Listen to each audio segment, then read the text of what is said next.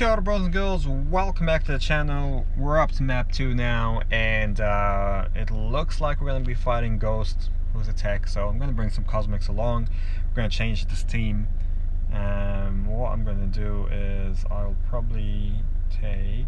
I'm actually looking for Star-Lord, who is not very high rank. He's only rank 3, but I think I'm going to use him for the boss, just because he's amazing for Ghost. And might as well take Dusa. I'll take Corvus, and I'll bring Proxima for the synergy, just because I like to. And we might as well leave Aegon. We might need him.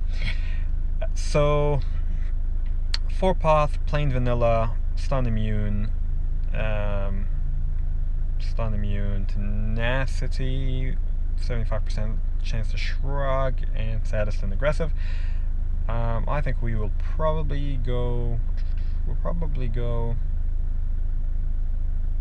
Well, let's deal with Nick Fury first and think about it. So we will use. Shall we use Aegon? Yeah, let's use Aegon. Gonna have to be a little bit careful with Nick Fury. Yeah, it's a bit of an annoying first fight actually, because you know, because of his awakened signature ability, which allows him to come back, become unblockable, deal a lot more damage, and also you've got to be kind of careful of the tactical charges, because he gets unblockable and he's over 15 anyway, even in the first phase. And you also really don't want to like throw your specials until the second phase if you can.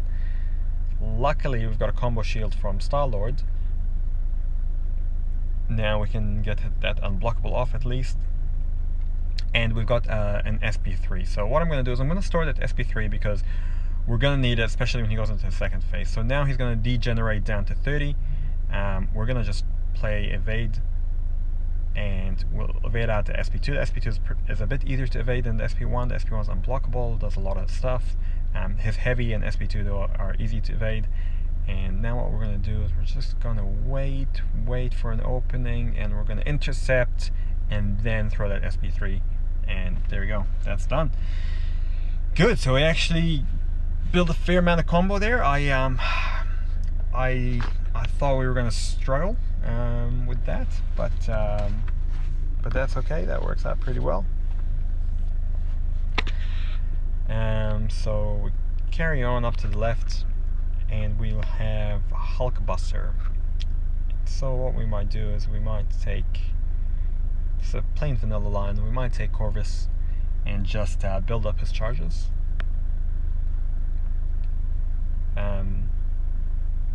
Now I know when you're looking at some of these champs, the 4 stars, you know, they're pretty solid, or they're god tier and stuff like that. You don't have to use god tier champs for all of this, but the thing is, I think with 4-star champs now, they're so easy to come by. They're easier to come by in the arena. They pop around everywhere throughout content. There's so many quite fairly easy rewards that I think it is quite likely that even as a new player, you would pop some of these guys in 4-star. Now, you might not have them maxed out. You might not have them 4-star rank 5 duped max signature. That might take a little bit longer, but I think there's a good chance that people watching this would have these champs, and if you don't, then you can kind of work towards that. It's definitely a lot easier to get 4-star versions of these than it is to get like a good 5-star or a good 6-star. It's like almost impossible to get a good 6-star. It's so luck dependent. So I think I've got like 12 6-stars now, and pretty much only one of them is really good, which is Thing, and one of them is okay, which is Wasp, and then the rest are kind of mediocre, you know. They're not terrible. They of course they all have their uses, just like every champ in the game. I think they have their moments when they shine. They have their matchups when they shine.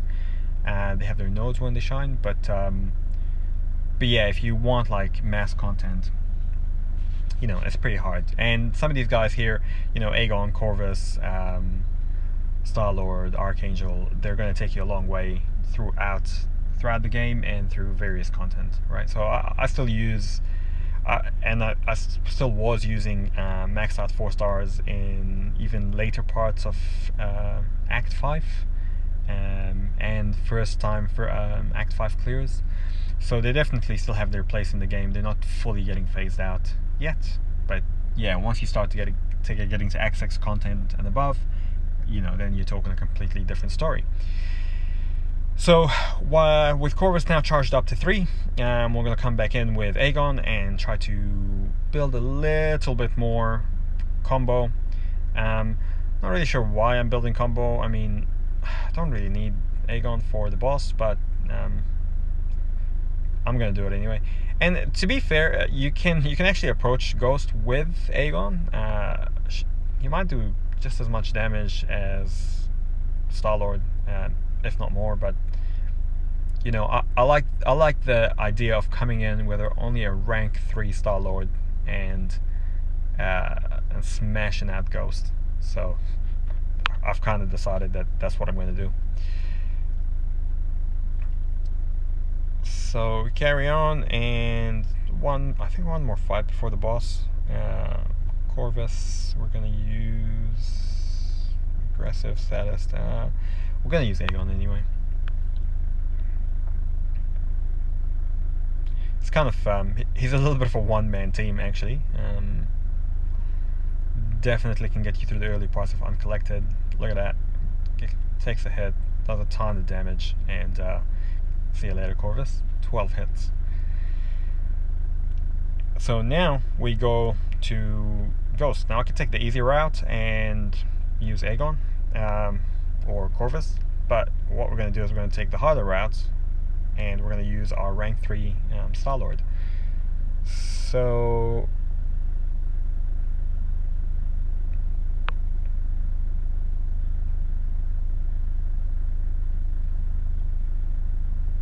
we're going to fight, and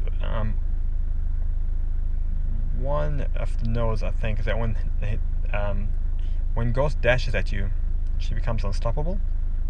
So we can't parry her dash. We have to kind of like dance away, and we want to really kind of stay close to her so that she doesn't dash and doesn't become unstoppable. So we do take a little bit of chip damage, but ideally what we want to do, if we can, is oh, that was very close. Ideally what we want to do is, if we can, is not really get hit too much and kind of push her to her SP1 or SP2, or bait at her heavy, because the SP1 is quite easy. She comes down, she backflips, you kind of just back away, and after the backflip you pop straight in. And the SP2 is also not too bad. She kind of like jumps up in the air and then does like a heel kick down onto you. But yeah, you can see here, as long as you evade, keep the combo up, there you go, that's the SP2, boom, kick in, and then once she lands, you just dig straight in. You can see there, even with the 3-star, I mean, she's nothing major. So hopefully that helps you out. If it did, like, subscribe, leave a comment, and yeah, we'll see you in the next one. Bros and girls.